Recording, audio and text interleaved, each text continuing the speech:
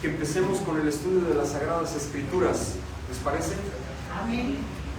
El día de hoy yo quiero dar inicio a este sermón, como lo expresé en la oración, orando, y he estado orando por la predicación del día de hoy, porque es un tema que para muchas iglesias actuales puede ser algo pasado de moda, que nosotros el cristianismo no tiene por qué pasar de moda si somos cristianos, al contrario, no es una moda, el ser cristiano no es una moda, el ser cristiano es una vida completa, ¿no? Es una transformación, es una vida completa en Cristo. El día de hoy yo quiero empezar de una manera diferente, porque quiero, en lugar de hacer una recapitulación, y yo he estado orando para que el Señor me dé la sensibilidad para poder hablar del tema del día de hoy. Y yo quiero empezar con una historia de una pareja, de un matrimonio, de 3 hijos. Yo estoy dado de alta como misionero, y también mi esposa y yo como pareja, como matrimonio, estamos dados de alta en varios ministerios de misiones. Como ya lo saben, nosotros somos misioneros, mi esposa y yo. Y uno de ellos es un ministerio que es en Estados Unidos, es americano, y se llama La Voz de los Mártires. Es un ministerio que se encarga de apoyar a misioneros a lo largo del mundo, en zonas donde hay persecución al cristiano, para los cristianos, ¿no? Y aquí en México no es la excepción. En México hay mucha persecución para los cristianos. Tal vez ustedes no lo ven porque estamos en una zona muy cómoda, y voy a utilizar este término, pero en realidad no tenemos persecución como en otras partes del mismo país de México, o en otras incluso partes del mundo. Persecución física, porque sí hay persecución moral, sí hay persecución social, tanto en las esferas de la ciudad, en tu esfera corta, por así decirlo. ¿A qué me refiero con esto? En familia, a veces las familias sí te relegan por ser creyente en algunas ocasiones. No digo que en todas, pero sí en algunas todavía será el caso. Ahora, yo quiero empezar con esta historia. Es de un matrimonio que estaban en Asia, y estaban porque solamente está ella ahorita con sus 3 hijos. Ya salieron del país porque es un país en donde hay mucha persecución. Obviamente voy a limitarme a no hablar los nombres, a no mencionar los nombres de la persona, de la señora, obviamente ni de sus 3 hijos, pero palabras más, palabras menos, quiero mencionar lo siguiente. Este hombre era pastor de una congregación local. En donde ellos se encontraban en Asia, no había persecución, ni era un delito predicar el nombre de Cristo, ni tener siquiera una Biblia. Hoy en día tú y yo tenemos una Biblia, y de muchísimas traducciones disponibles en nuestros teléfonos celulares, ¿no? Incluso físicamente. Podemos mandar un mensaje a Amazon y con tanta libertad tener una Biblia en la puerta de nuestra casa, la traducción que quieras, la Biblia que quieras, ¿no? En muchas partes del mundo no es así. Y aquí en esta parte de Asia no es la excepción. Es un delito predicar el nombre de Cristo, ¿no? Se convirtió en un delito. Y palabras más para resumir la historia. Dice que un día estaban en el culto dominical, el papá como pastor predicando, y de pronto 2 bombas humanas y musulmanes del Islam radical, porque también a veces tendemos a radicalizar el Islam, y no es así. El Islam, no todos son radicales ni agresivos, ¿sí? Hay 2 diferencias o 2 directrices dentro del Islam. Está el Islam radical y está el Islam que es el normal, es una religión, ¿no? Pero estaban 2 bombas humanas escondidos en la iglesia, y en una de ellas explota una bomba y le toca a su esposa. Ella estaba enfrente cantando, y le toca una vez a su esposa, ¿no? El pastor empiezan a correr la gente de la congregación, y otra bomba humana en la puerta explota al mismo tiempo, ¿no? Dice la señora que llegó la policía, y ellos decían, qué bueno, nos van a proteger, y en lugar de protegerles les metieron a toda la iglesia a la cárcel en ese momento. ¿Por qué? Porque había cambiado la ley y era un delito totalmente ser cristiano. Entonces el pastor no lo apresaron, fue como un milagro, ni a su familia, pero sí a toda la congregación. En pocos días el pastor sale de viaje, regresa, y cuando regresa lo capturan al momento de entrar a la ciudad, al país, lo capturan por ser pastor. Lo interrogan y les ruega el pastor que por favor lo suelten, porque tiene que ver a su familia. Por favor, tiene una esposa y 3 hijos. Lo sueltan. Cuando lo sueltan, llega a casa su esposa embarazada de su bebé, de su niño más pequeño, y dice ella, porque ella da el testimonio, dice que estuvieron orando hasta las 2, 3 de la mañana y le pedían al Señor, si es tu voluntad que yo parta. Le decía el pastor, que partamos, por favor, que partamos, pero no presos, ¿no? Y a la mañana siguiente él murió en cama porque le dio un paro cardíaco. Entonces, ¿qué sucedió? Palabras más, palabras menos. Esta señora pues es expulsada del país, hay persecución, y por toda la iglesia hay persecución. Pero algo muy particular que ocurrió con esta familia, ¿saben qué fue?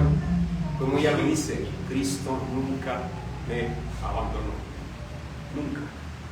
¿Y saben qué es el testimonio que invadió mi corazón? A veces nos fijamos en el sufrimiento de estas personas y decimos, ay, pobre gente, pobres personas, por el evangelio. No, hermanos, no. ¿Sabes en qué nos tenemos que fijar? En lo cobardes que somos nosotros hoy en día. Decimos que creemos en Cristo y por cualquier cosita nos dejamos amedrentar, así de pequeño. Y voy al relato bíblico ahora sí. Quiero que abras tu Biblia en Hechos capítulo 8 y empiezo de esta manera. ¿Por qué? Porque tú puedes pensar que esto que estoy mencionando es de la antigua escuela o de la escuela viejita del sufrimiento y de los cristianos que sufren. No, hermanos, los cristianos, ¿sabes? Nosotros vivimos en una zona muy cómoda del mundo, de verdad, en donde el ser cristiano no es un delito grave, en donde el ser cristiano no nos lleva ni nos arrastra a la cárcel, mis hermanos, pero esto siempre fue así. El ser cristiano siempre hubo persecución, y cuando no hubo persecución y la iglesia gozó de buen afecto a la sociedad, incluso de ser parte del gobierno, hubo desviaciones doctrinales importantes. ¿Por qué, mis hermanos? Porque la iglesia se forja con fuego. El cristianismo se forma en el corazón del cristiano. Nosotros proclamamos a un Cristo que dio su vida por nosotros y que nosotros estamos expuestos constantemente, como dice Pablo, palabras más, palabras menos, como ovejas al matadero. No lleves tu causa y tu dolor particular. Ay, estoy sufriendo como cristiana. No, como cristiano, no. La causa por el Evangelio de Cristo es suprema, es mayor, y es un verdadero honor dar la vida por mi Señor. Y no es por misioneros, no es para misioneros, ni para pastores, ni para servidores de la iglesia, es para todo cristiano. Eso debe de ser la mentalidad que debemos de tener. No como musulmanes, no, hermanos, no. Nosotros todos los días, de una manera constante, por tener y abrazar la verdad, somos expuestos constantemente al padecimiento en todas las áreas de nuestras vidas. Se nos ha olvidado porque vivimos en una zona muy cómoda, y creo que esa es nuestra verdadera persecución en estas zonas del mundo, las comodidades que nosotros hemos tenido, y es por gracia. Esas comodidades no son malas, quiero recalcarlo, pero esas comodidades son gracia sobre gracia, y tenemos que aprender a enfrentarlas y no acostumbrarnos a ellas. ¿Sí me explico? Vamos a ver el relato bíblico del día de hoy. Hechos capítulo 8, del versículo 1 al versículo 4, y empezamos de esta manera: la persecución por parte de los judíos en la iglesia de Jerusalén. Dice: y Saulo consentía en su muerte. En aquel día hubo una gran, ¿qué dice? Persecución contra la iglesia que estaba en Jerusalén, y todos fueron esparcidos por las tierras de Judea y de Samaria, salvo los que, los apóstoles. Versículo 2: y hombres piadosos llevaron a enterrar a Esteban e hicieron gran llanto sobre él. Y Saulo asolaba la iglesia y entrando casa por casa, arrastraba a hombres y a mujeres y los entregaba en la cárcel. Pero los que fueron esparcidos iban por todas partes anunciando ¿el qué? El Evangelio. Recapitulando la semana pasada, vimos la muerte de Esteban, ¿te acuerdas? Vimos cómo Esteban, el primer mártir, le quitan la vida, y vimos y concluimos que Dios pone y Dios ayuda, mis hermanos, a nuestros deseos. Siempre oremos para que Dios ponga y ayude a nosotros, a nuestros deseos, a desearle a Él antes que a cualquier otra cosa más que a Cristo. Y concluyamos eso. Oremos para que hagamos nuestra vida piadosa no algo obligatorio, sino algo deseoso de nuestro corazón, firmes en desear cada vez más y más a Cristo, al Evangelio. Hoy en día me propongo predicar un tema que es muy impopular dentro de los círculos cristianos y algunos le llaman muy radicales y fatalistas, mis hermanos. Pero no puede ser así. ¿Por qué? Porque así empezó la iglesia. La iglesia inició con persecución desde su líder. ¿Y quién fue el líder de la iglesia si no fue Jesús? En los evangelios vemos cómo los líderes religiosos perseguían a Cristo y buscaban en cada momento para acusarlo de muerte, para acabar con él. Ahora, esto es importante porque pero rápidamente empieza algo que se llama persecución. La persecución, familia, aquí vemos a un ser o a un personaje que es muy popular y que le debemos gran parte del Nuevo Testamento que tenemos, que se llama Pablo. ¿Te acuerdas de Pablo o no? O se le llama Saulo de Tarso. En realidad su nombre es Saúl. ¿Sí me explico? El nombre real de Saulo es Saúl. En la traducción al castellano se le pone como Saulo. Saúl, ¿te acuerdas de un personaje Saúl en la escritura? El primer rey de ¿quién? De Israel, que se llamaba ¿cómo? Saúl. Bueno, y aquí también vemos a un personaje que se llamaba Saúl. Después, la escritura, él mismo se cambia el nombre por el Pablo. Él tenía 2 ciudadanías y más adelante lo veremos y tenía 2 nombres. Pero aquí tiene el nombre de Saulo y se le pone el nombre de Saúl. Este personaje, mis hermanos, y es parte del esquema de mi sermón, es muy importante y va a ser muy importante porque quien escribe este libro, este texto narrativo histórico, es Lucas. Lucas fue discípulo del apóstol Pablo o de Saúl o de Saulo. Y este hombre, quien escribe, le escribe a un hombre que se llama Teófilo. Ya lo vimos cuando iniciamos el estudio de este texto. Ahora bien, cuando viene aquí empieza esta persecución a la iglesia por parte de los judíos y no por parte de Roma todavía, sino de los judíos. ¿Por qué? Porque estaban predicando otras cosas en contra de las costumbres. Para sumergirnos un poquito en la vida de Saúl, porque Saúl es muy interesante, pero él tenía un celo ardiente y ferviente por su creencia, por el judaísmo. Él fue instruido a los pies de Gamaliel. Para poder conocer un poquito el por qué este personaje persigue a la iglesia en este momento, tenemos que entender su mentalidad. Miren, la mentalidad de Saulo, voy a utilizar el término como lo conocemos, Saulo, la mentalidad de Saulo o de Pablo era un personaje que fue educado a los pies de Gamaliel. Algunos escritores mencionan que este Gamaliel fue un rabino espectacular dentro del judaísmo antiguo. Hasta el día de hoy, Gamaliel es reconocido por los judíos como uno de los grandes rabinos que ha tenido toda la historia en el judaísmo. Un gran rabino. Ahora, algunos piensan o algunos creen que este Gamaliel instruyó a Pablo cuando Pablo empezaría alrededor de unos 12 años de edad.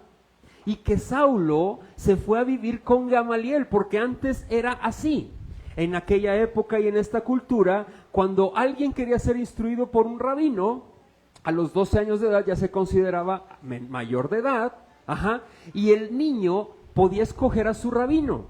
En la escuela de Gamaliel, Y escogió a Gamaliel, este hombre o este jovencito llamado Saulo, y sabes, se fue y fue educado a los pies de Gamaliel. Aquí Saulo tendría más de 30 años. Aquí no era, bueno, para los judíos todavía una persona de 40 años, gloria a Dios por eso, es joven. Entonces, para los judíos todavía una persona de 40 años es un joven, ellos le llaman un joven, ¿no? Aquí habemos muchos jóvenes todavía entonces. Entonces, ¿qué pasa a los pies de Gamaliel? ¿Qué significa esto, hermanos? Gamaliel, en uno de sus escritos dice que no tenía un alumno mayor que Saulo de Tarso. ¡Wow! Para que tu rabino dijera eso, era espectacular. Saulo no era cualquier persona, número uno. Número dos, otro escrito que me encontré por ahí menciona de un rabino que Gamaliel se impresionaba tanto del joven Saulo, que Saulo era capaz, que le entregaba pergaminos, y Saulo literal, los leía en un día. Comía, bebía la ley, se la sabía de memoria, la conocía y la comprendía. Punto por punto, podríamos decir nosotros, ¿no? Saulo no era cualquier persona tampoco, instruido, por eso dice a los pies de Gamaliel. Por eso en una de sus defensas, Pablo dice, ¿fariseo de qué? De fariseos. O sea, él era un fariseo de cuello alto, de que si te ponías a debatir con él, no era cualquier cosa hablar con Saulo. Con Gamaliel, mucho menos. Y ya vimos por ahí unos esbozos de Gamaliel hablando en el Sanedrín. Ahora bien, otro comentarista y otros comentaristas mencionan que Saulo era parte del Sanedrín. Y quiero mencionar lo siguiente, hermanos. El Sanedrín era un grupo, en esta época, donde estaba toda la crema innata la crema innata religiosa judía, ¿sí? De todas las sectas judías en aquel momento. Aquí se encontraban los fariseos y Saulo era de los fariseos y era parte del Sanedrín. Para ser miembro del Sanedrín, tenías que tener al menos 30 años de edad. Número uno, ser casado. Número dos, algunos mencionan que Pablo era soltero y que fue soltero. Y otras partes otros historiadores mencionan que no podía ser soltero. ¿Por qué? Porque Saulo dio su voto. La palabra consintió, el joven Saulo, su voto quiere decir que él puso su voto en el Sanedrín para que fuera lapidado, ¿quién? Esteban. Y si puso su voto, quiere decir que como alumno de Gamaliel, él tenía el derecho, y aparte y era miembro del Sanedrín también, para poder dar su voto. Esto es interesante porque si Pablo era parte del Sanedrín, él tenía que estar casado. Entonces Pablo fue casado. Algunos dicen, pero no, él fue soltero y él fue solo. Mira, te digo, yo me inclino en que Pablo fue casado y me voy con estos historiadores que mencionan esto. Saulo fue casado, pero algunos mencionan que su esposa lo abandonó después de él convertirse al cristianismo, porque era una mujer judía. Otros dicen que era viudo, ¿sí me explico? Y que su mujer murió a una edad muy temprana. Yo me inclino por estas dos. Yo sé que era casado, ¿sí me explico? Pero sé que lo dejó su esposa. Si enviudó o si lo dejó la esposa por convertirse al cristianismo, eso sí, no lo sé. Y ahí hay varias distorsiones. Pero lo que sí creo que era casado. ¿Por qué? Quien da más consejos del matrimonio dentro de la Biblia, ¿saben quién es? Pablo. De verdad. Pero dices, ay, bueno, pues el Espíritu Santo. Hermanos, Saulo da consejos tan íntimos, incluso de la vida sexual, en las Sagradas Escrituras, y es el único que lo hace. No Pedro, que Pedro tenemos la afirmación de que él era casado. Y Pablo da hasta consejos para la vida íntima de la pareja. Y él lo menciona aquí. Y es impresionante. Yo creo que Pablo sí fue casado. Creo que tal vez enviudó o que lo abandonó su esposa. No lo sé. Pero yo sí creo que haya sido casado porque era parte del Sanedrín. Y ahora, checa lo que dice las Escrituras y me voy con la vida de Saulo y quiero explicar esto, porque este hombre, celoso por la ley, afirmaba él que tenía la razón y que ninguno podía hablar en contra de lo que él creía. Por eso le dan cartas para que vaya y que saque a los cristianos incluso de sus casas para meterlos a la cárcel, no a matarlos, Ojo, porque después se tiene por ahí o se piensa que Saulo mataba a cristianos. No, él no los asesinaba. Lo que sí hacía era los arrastraba. ¿Y saben cómo los arrastraba? ¿Qué te imaginas tú? Bueno, pues es como una frase para decir, los jalaba para la iglesia. No, hermanos, los arrastraban literalmente. Se metían a sus casas, los agarraban y para arrastrarlos, ¿sabes qué hacían? Los amarraban de los pies y los ponían en el caballo y los ponían en la cabalgadura. ¿Sí me explico? Pero amarrados los pies los cristianos y el hombre arriba montado en un caballo. Y a todo galope se iban a llevarlos hasta prisión. Había cristianos que llegaban muertos a la cárcel por arrastrarlos Saulo de esa manera. No sé si me explico. Eso era lo que hacía Pablo. Y cuando llegaban a prisión, 40 azotes menos uno, el menos uno es la misericordia, ejerciendo misericordia. Pero a veces los azotaban a tal grado que morían muchos cristianos. ¿Por qué? Porque arrastraban a mujeres embarazadas, a hombres y a niños también, por igual. No era cualquier cosa. O niega a Cristo. ¿Sí me explico? Saulo era ese hombre. Es más, él dice, en muchas ocasiones los obligué a blasfemar. O te llevo arrastrado a la cárcel o niega a Cristo. Nosotros vivimos en una sociedad muy cómoda en donde no lo vemos, no lo analizamos. Incluso hasta te puede parecer ridículo y exagerado. Pero hermanos, así fue, y así es en muchas naciones del mundo, por ser cristianos. ¿Por qué por ser cristiano sí? ¿Y por qué si eres mormón, si eres católico romano, si eres musulmán, no pasas esto? ¿Por qué? ¿Por qué siendo cristiano? Porque tenemos la verdad. El estandarte de nosotros es la verdad en contra de la mentira. Así de fácil. Porque la verdad siempre brilla en medio de la oscuridad de la mentira. ¿Sí me explico? Y a mí me cuesta mucho trabajo ver cómo estos cristianos y cómo en la actualidad muchos cristianos están padeciendo y sufriendo y nosotros tenemos miedo de muchísimas cosas. ¡Cobardes! ¡Cobardes! Fíjate, quiero que analicemos un poquito más la vida de Saulo de Tarso y de los principales cristianos hoy en día y en esta antigüedad. Quiero que por favor vayamos, mis hermanos, a Hechos capítulo 26 y veamos lo que Pablo menciona de sí mismo en una de sus defensas.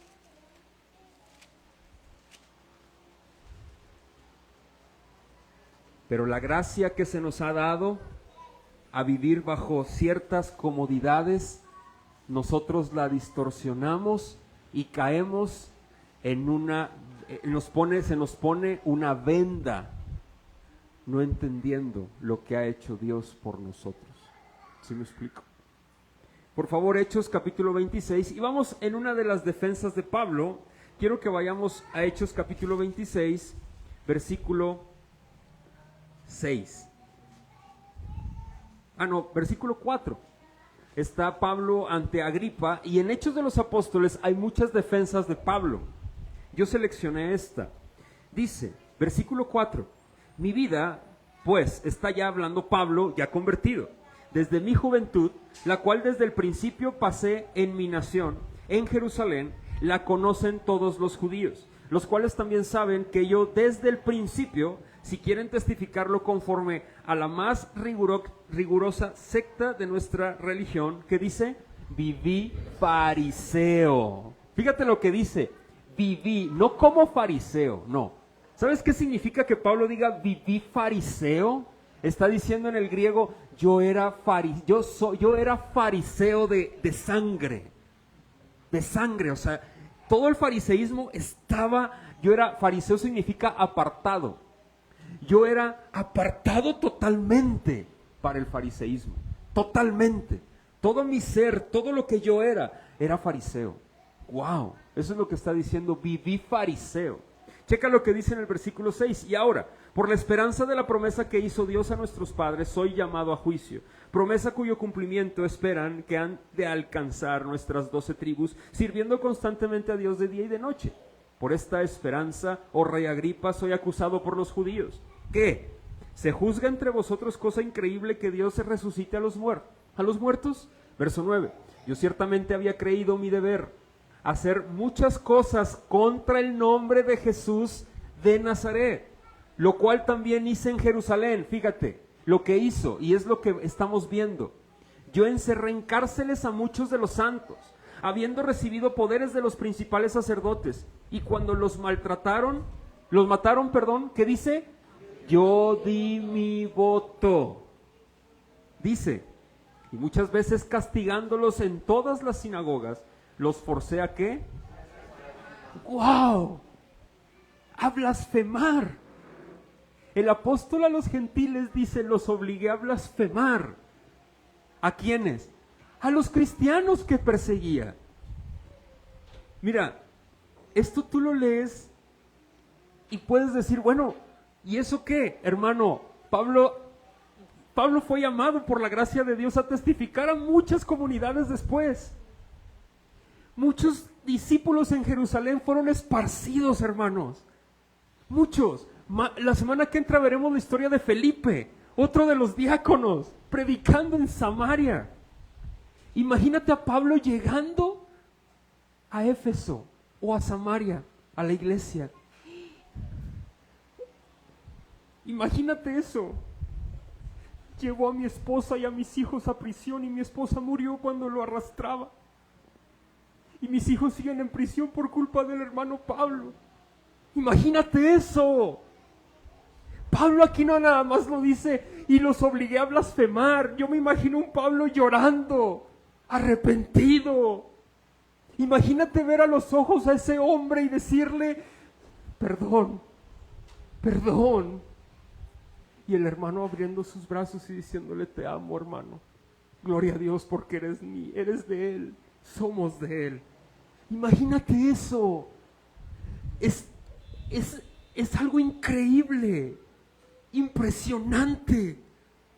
Ahora Pablo, imagínate cuántas personas no metió a la cárcel, no los arrastró. Tú, si viniera Pablo y Pablo hubiera hecho eso con tu familia, ¿qué le dirías? Tal vez hubo personas que le gritaron. ¿Sí me explico? Hermanos dentro de las iglesias.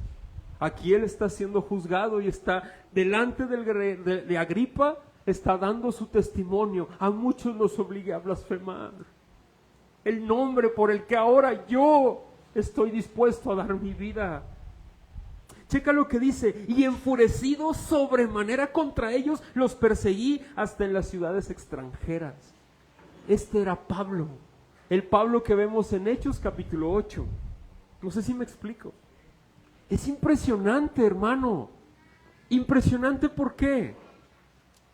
Porque este Saulo, que le llamamos y que se le denomina Saulo de Tarso, y que así es, fue un hombre que persiguió a la iglesia, transformado por el poder glorioso del evangelio, pero sí, hizo muchos estragos y causó muchos estragos en la primera persecución de la iglesia por parte de los judíos, a muchos hermanos.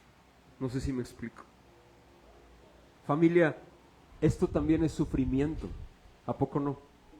Es sufrimiento, hermanos, por parte de Pablo. Vamos a regresar a Hechos 8 y continúo con esto. Esta persona llamada Saulo después es transformado, como ya lo mencioné. Pero es interesante porque fíjate lo que dice en el versículo 1. Y Saulo, en Hechos 8, consentía en su muerte, en la muerte de Esteban. Consentía en su muerte, esto significa una muerte destructora, un asesinato. Significa que Pablo dio su voto, y lo dice, ahorita lo leímos en Hechos 26, que él dio su voto. ¿Para qué? Para asesinar ¿a quién? A Esteban. A Esteban.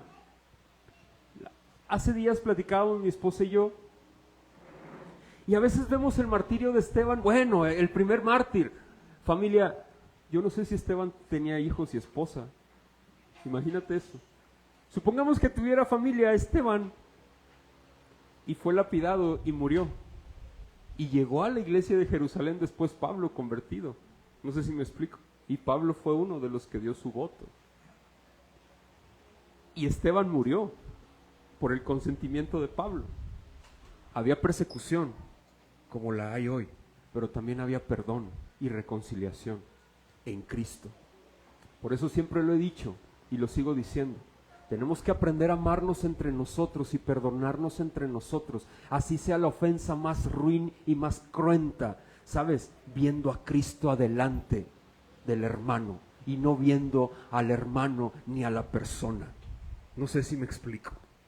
Porque si yo empiezo a ver a la persona y yo quiero perdonar con mis fuerzas, eso es perdonar a las personas con tus fuerzas. Mira, por ejemplo, si yo tengo a Axel, ¿me permites ahí donde estás sentado ponerte de ejemplo? Si yo tengo a Axel y él tiene algo en contra de mí, yo tengo algo en contra de él, yo tengo que aprender a ver a Axel con Cristo enfrente, porque él es su hijo y yo soy su hijo y él también. Porque si nosotros vemos primero a Cristo, nos vamos a perdonar, mis hermanos. Si yo veo a Axel y si Axel me ve a mí, vamos a ver nuestros defectos y vamos a ver nuestro pecado. Y va a ser imposible el perdón. Pero cuando vemos a Cristo enfrente, nos vamos a perdonar y vamos a luchar por amarnos, sea cual haya sido la situación. No sé si me explico. Eso es la obra sobrenatural de la reconciliación y el perdón que solo el Espíritu Santo puede hacer en nuestras vidas, hermanos. Eso no se puede hacer con un inconverso. ¿Cómo vas a ver a Cristo con un inconverso? Ves al diablo. No sé si me explico. Pero aún ahí tienes que aprender a perdonar reflejando a Cristo con todo lo que tú eres. Amén. Continúo con esto, porque esto es interesante. Fíjate lo que dice ahí después del punto. En aquel día hubo gran persecución contra la iglesia que estaba en Jerusalén y todos fueron esparcidos por la tierra de Judea. ¿Y de qué? Samaria, salvo los apóstoles. Fíjate, Judea y Samaria, Hechos capítulo 1, verso 8, ¿te acuerdas? El plan director de nuestro Señor Jesucristo. Pero permanezcan en Jerusalén y les será dada la promesa, lo que les dije, y recibirán poder cuando haya descendido sobre ustedes el Espíritu Santo, y me serán testigos en Jerusalén, en Judea, en Samaria y hasta lo último ¿de qué? De la tierra. Esto es bien interesante. ¿Por qué? Algunos historiadores mencionan que la iglesia estaba cayendo desgraciadamente en una comodidad en donde Dios tuvo que mandar y permite una persecución. ¿Para qué? Para ser testigos, hermanos y hermanas. Testificar el nombre de Cristo es una obligación. Ojo, Esteban, Felipe y todos los demás no eran apóstoles. Eran personas dentro de la iglesia. Eran ovejas dentro de la iglesia. Hermanos, es nuestra obligación, es nuestro deber predicar a Cristo y testificar de Él siempre. Es que siempre, hermano, de verdad siempre. Es que no tengo conocimiento, es que no, y con tu perdón no puedes testificar de Cristo. Perdonando las ofensas, ¿no puedes testificar de Cristo? Con tu vida práctica, ¿no puedes testificar de Cristo? Te pregunto, ¿no puedes? ¡Claro que sí podemos! Si el Espíritu Santo mora en ti, ¡claro que puedes!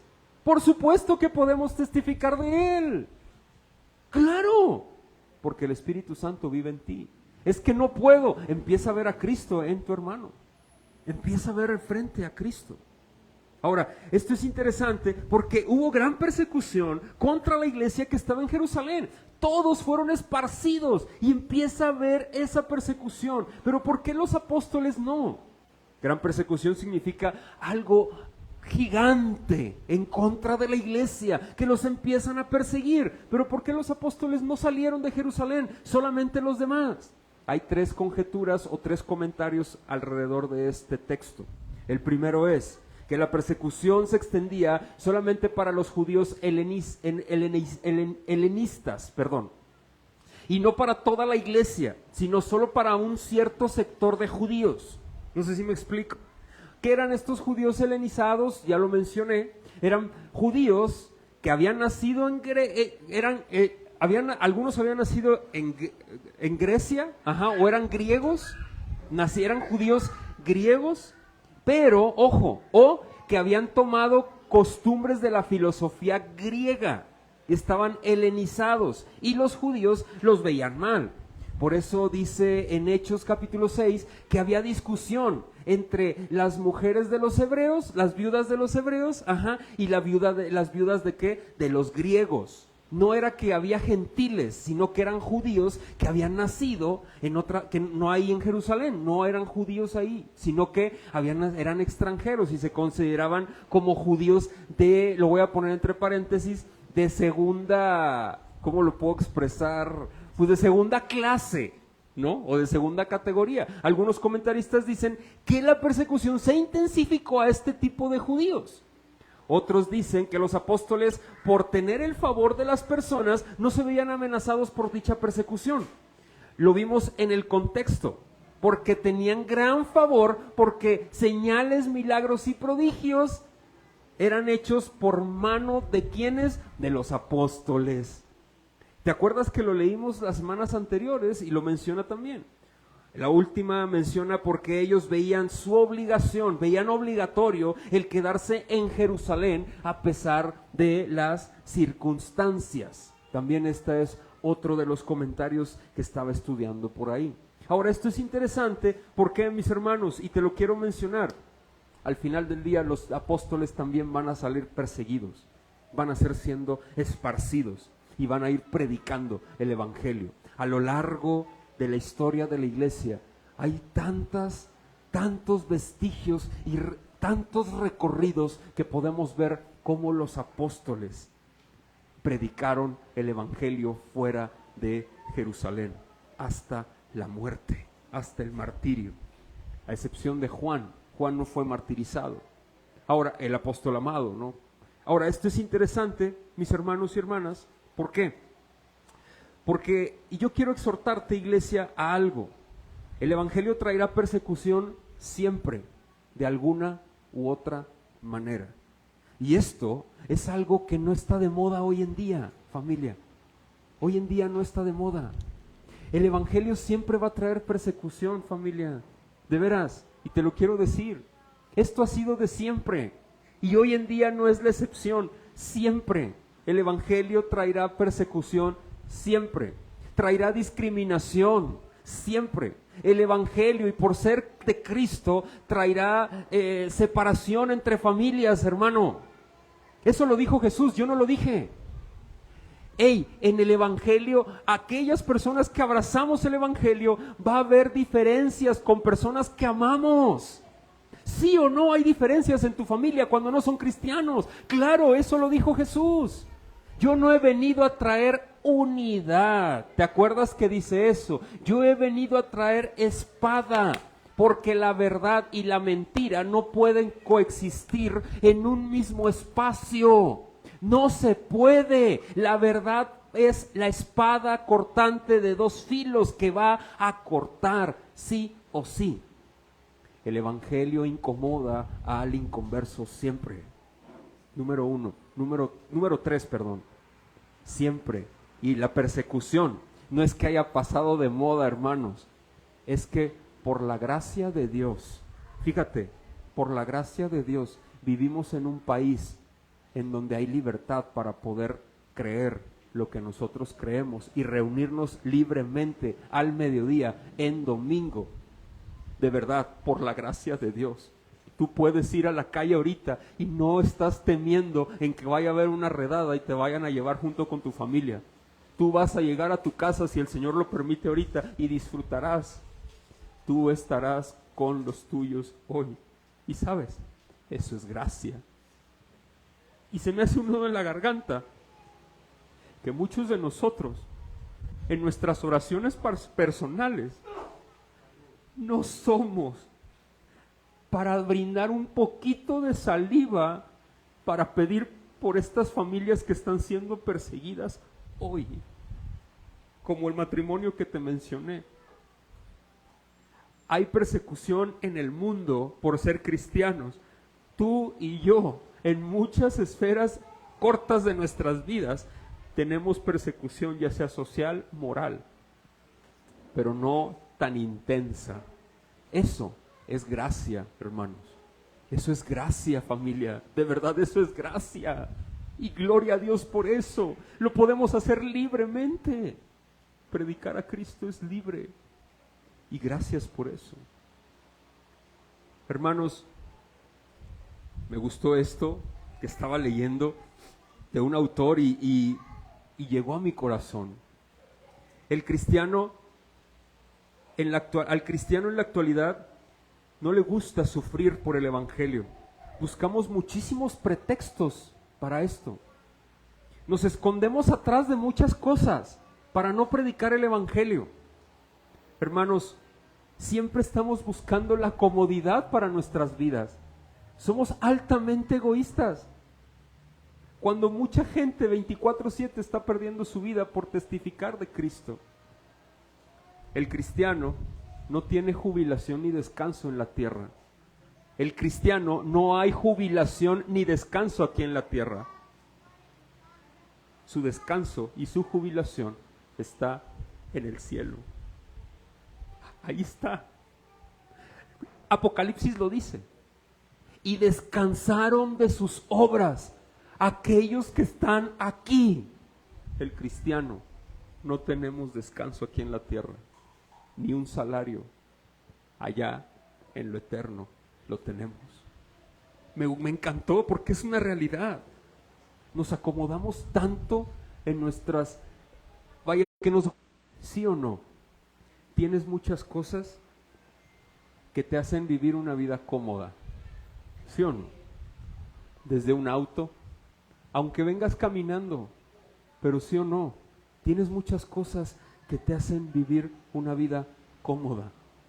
Nos acostumbramos pero tanto a ellas, que nos olvidamos de dar gracias. Y no me refiero nada más a dar gracias, me refiero al sentir, de decir, es que ya no quiero hacer esto, ya no deseo hacer esto por Cristo, ya no deseo hacer esto otro, ya estoy cansado. ¿Cansado? ¿De qué? ¿De qué? ¿De predicar? ¿De predicar? Yo he conocido pastores que han muerto predicando el evangelio. Literal, han muerto en el púlpito. Han muerto en el púlpito. Porque qué honor es que el Señor te haya llamado un día y llamarte su hijo. ¡Qué honor! ¿A poco no? ¡Qué honor llamarte hijo de Dios! ¡Es un honor! Aquí pasa gente, hermanos. Oro por la gente de este edificio que renta. Pasa gente. Algunos se burlan. Algunos pasan rápido.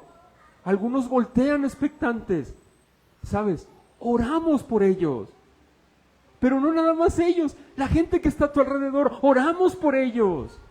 Hermanos, porque es un honor ser cristiano, es un honor ser hijo del Redentor, es un honor ser hijo del Creador, es un honor ser hijo del Dios, el grande, del poderoso, del Rey de Reyes y el Señor de Señores. ¿Tú crees que no merece todas tus fuerzas?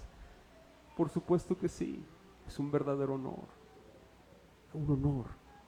Tu vida, mi vida, es nada a comparación de lo que Él ha hecho por nosotros en el Calvario, una eternidad con Él.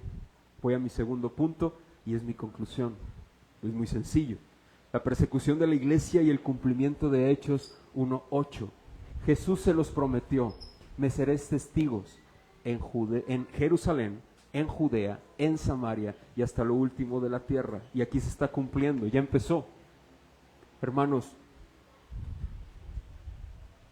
tenemos que estar expectantes siempre de que nuestra comodidad en la cual nos encontramos ahorita por gracia, si se convierte en una persecución para seguir expandiendo el evangelio, que a Él sea solo la gloria. ¿Ya te has puesto a pensar en eso? ¿Qué pasaría si hay persecución? De repente se dicta un decreto, hay persecución y que solamente se instituye una sola religión. Es que no podría ser, pues no podría ser tampoco lo del poder judicial, eso decían. Así es, no sabemos. No sabemos qué pueda pasar. Pero tú ya estás consciente de eso. ¿Sí me explico? Termino con esto. Versículo 2. Hombres piadosos llevaron a enterrar a Esteban e hicieron gran llanto sobre de él. Algunos aquí hay dos comentarios. Unos mencionan que estos hombres piadosos eran amigos de Esteban, que no eran cristianos. Otros dicen que eran parte de la iglesia. Yo creo que eran hombres de la iglesia, que le amaban y que se dolían por su pérdida. Dice más adelante en el versículo 3, y Saulo asolaba la iglesia y entrando casa por casa, arrastraba a hombres y a mujeres y los entregaba en la cárcel. Un comentarista menciona, algunos ni siquiera llegaban, y lo mencioné, al momento de ser arrastrados, pero los que fueron esparcidos iban por todas partes anunciando el evangelio. Hermanos, providencialmente la persecución es usada siempre por Dios, siempre. Aquí Dios la está usando, y gracias a esta persecución nosotros podemos estudiar y leerla ahorita y aprender de esto, y que pueda edificar nuestras almas. Tal vez desde tu trinchera, cuando me refiero desde tu trinchera, me refiero a tus círculos cercanos, puedas estar teniendo alguna oposición pequeña o grande por ser hijo de Dios, por predicar a Cristo, por vivir el evangelio. Es probable, no lo sé, pero hermano, te digo algo, Dios usa providencialmente todo tipo de persecución, sea cercana o sea exponencial, ¿para qué? Para que su mensaje y el testimonio de Él se lleve a cabo siempre, siempre. La historia que te conté al principio, ¿la recuerdas? De esta señora con su esposo pastor y sus 3 hijos. Dice que a ella la metieron a prisión y querían abusar de ella los policías. Y le decían, a ver si tu Cristo te puede salvar de esta, a ver si tu Salvador, y le empezaron a humillar. Y ella gritó grandemente. Dice, con toda mi fuerza grité, Señor, tú eres más grande y tienes más fuerza que todos ellos, sálvame. Me aventaron y me dejaron. Lárgate de aquí, me dijeron. Dice, yo sé que mi Señor me salvó, y hasta hoy me sacaron del país, la sacan del país, la refugian, pero dice, nunca mis hijos y yo dejaremos de predicar a Cristo. Lo que Él hizo por mí no tiene razón, no tiene razón, es algo sobrenatural. Espero su pronta venida, dice ella. Hermanos, concluyo con esto. ¿Dónde está tu corazón? Y te lo digo de verdad. Puede sonar una frase sumamente trillada, pero ¿en dónde está tu corazón? En serio. Y quiero llevarte a la reflexión en esta tarde. ¿En dónde está tu corazón? ¿En la tranquilidad de tu vida? ¿En tu futuro cercano? ¿En dónde está?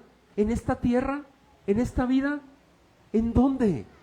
Mis hermanos, que nuestra esperanza, nuestro refugio, nuestra mirada esté en lo porvenir, en lo eterno. Recuerda, somos peregrinos en esta tierra, somos forasteros en esta tierra. Nuestro Redentor lo hizo por nosotros, nos ha dado una vida ahorita. Mira, si vives en gracia ahorita, es por Él. Si vives en gracia ahorita, es para Él. Y si hay gracia sobre gracia en tu vida, es porque a Él le plació darte lo que tú y yo estamos viviendo ahorita. A Él sea solo la gloria. Él merece, si es necesario, mi vida y la tuya. ¿Por qué? Porque de Él somos, para Él somos y por Él nos movemos.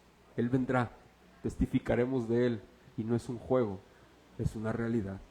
Y el Evangelio sigue vigente a lo largo de los siglos y hasta hoy. No caigas, mi última conclusión, en el conformismo de la comodidad, porque esa comodidad que tú tienes ahorita, ¿sabes? También es por gracia, también es por gracia. ¿Sí me explico? No caigas en ese conformismo. Lucha con esa persecución de tu alma, que es el conformismo, el conformarte a tu comodidad. Lucha y ten vigente en tu mente siempre, siempre, quien dio su vida por ti y por mí. Amén. Vamos a orar, por favor.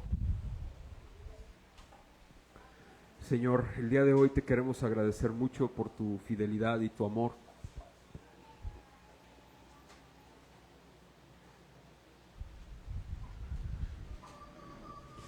Padre, tal vez para muchos nos resulta incómodo el predicar el evangelio a muchas personas o a las personas, o simplemente pensamos que es algo exagerado el poder brindar nuestra vida por ti. Señor, gracias te doy porque a ti no te pareció exagerado dar la vida por una masa de pecadores, Señor, que nosotros merecíamos el infierno, como lo expresas, y es la verdad.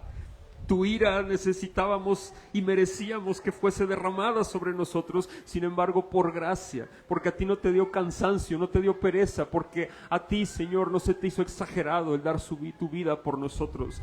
Gracias.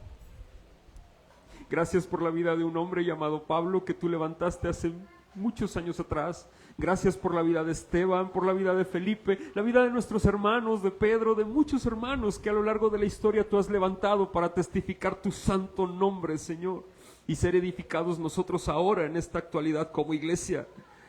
Oh Espíritu Santo, gracias.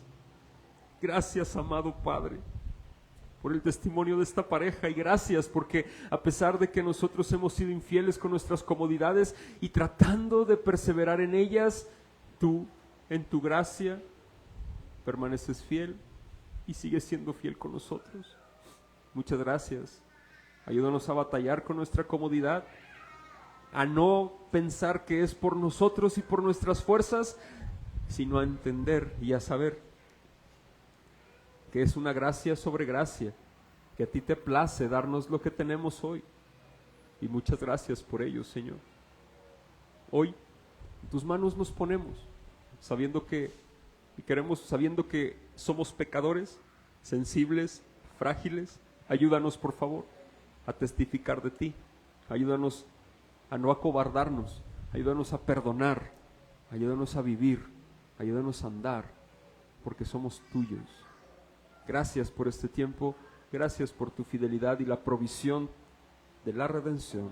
En tu nombre, Cristo, nosotros oramos. Amén, Señor.